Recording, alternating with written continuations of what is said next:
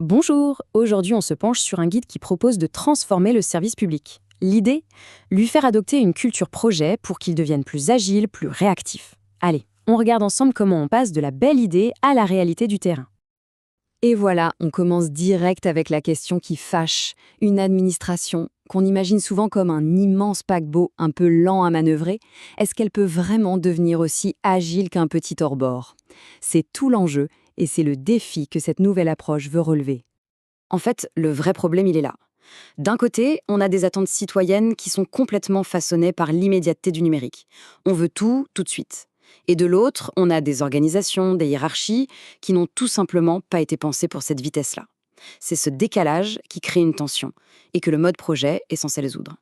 La solution, ce n'est donc pas juste un nouveau logiciel ou un nouveau process. Non, c'est bien plus profond que ça. C'est un vrai changement de mentalité, une nouvelle façon de réfléchir et de travailler ensemble. Voyons ce que ça implique concrètement. Alors, première chose, mettons-nous d'accord, c'est quoi un projet? Attention, ce n'est pas juste une mission ou une tâche de plus sur la pile. Non, un projet, c'est unique, ça a un début et une fin bien clairs, et c'est fait pour créer quelque chose de nouveau. C'est ce côté temporaire, cet objectif précis, qui le différencie du travail de tous les jours. Ce tableau, il est vraiment parlant pour bien saisir la nuance. À gauche, le projet, c'est l'aventure, une mission avec un point final. À droite, les opérations, c'est le moteur qui fait tourner la machine au quotidien. Pour faire simple, gérer les budgets, c'est une opération. Créer un tout nouveau service en ligne pour les citoyens, ça, c'est un projet. Et comprendre cette différence, c'est vraiment la toute première étape. Bon alors, comment on s'assure qu'un projet tienne la route? Le guide identifie 3 piliers, 3 fondations absolument essentielles. D'abord, un objectif qui soit limpide. On doit savoir exactement où on va. Ensuite, une équipe dédiée avec les bonnes personnes et des rôles bien définis. Et enfin, un calendrier précis pour donner un rythme. Si l'un de ces 3 piliers est bancal, même la meilleure des idées risque de prendre l'eau. Ok, on a vu les bases techniques, maintenant on passe au plus compliqué et au plus important, l'humain. Parce que lancer des projets sur le papier, c'est une chose.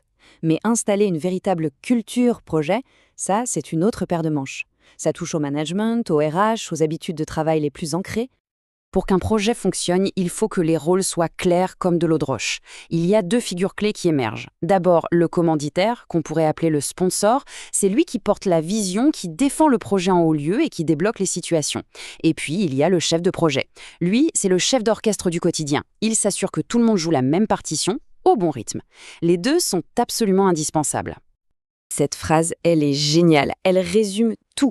Donner de la marge de manœuvre, ça veut dire quoi? Ça veut dire qu'on doit passer d'une culture du contrôle, où on vérifie tout, à une culture de la confiance. Le manager n'est plus celui qui a toutes les réponses, mais plutôt celui qui donne à son équipe les moyens de les trouver. Et dans les faits, ça donne quoi? Eh bien, ça veut dire déléguer pour de vrai. Pas juste des petites tâches, non, un vrai pouvoir de décision. Ça veut dire aussi accepter que l'erreur fait partie du jeu, que c'est une occasion d'apprendre.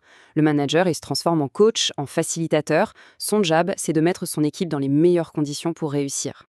Forcément, une transformation pareille, ça vient tout chambouler côté ressources humaines.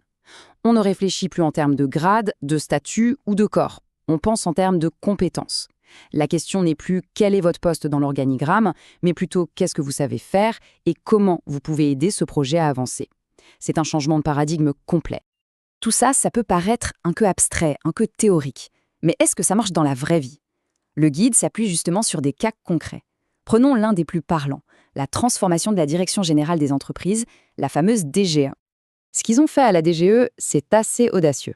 Ils ont carrément supprimé un niveau hiérarchique, celui des chefs de bureau, pour créer des équipes plus fluides, organisées autour de projets.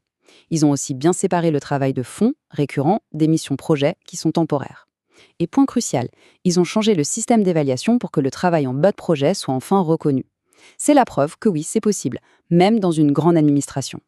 S'il y a une seule chose à retenir de tout ça, c'est bien celle-là. Les outils, les méthodes, les plannings, c'est la partie visible de l'iceberg. Mais le vrai moteur du changement, ce qui fait que ça marche ou que ça échoue, c'est la partie immergée. La culture d'entreprise, le style de management et les gens. Sans un changement des mentalités, les meilleures méthodes du monde ne serviront à rien. Et pour finir, je vous laisse avec une question. Si on applique cette grille de lecture à son propre environnement de travail, quel serait ce projet, cet unique projet, qui pourrait vraiment tout changer? C'est une bonne question pour commencer à réfléchir. La discussion ne fait que commencer.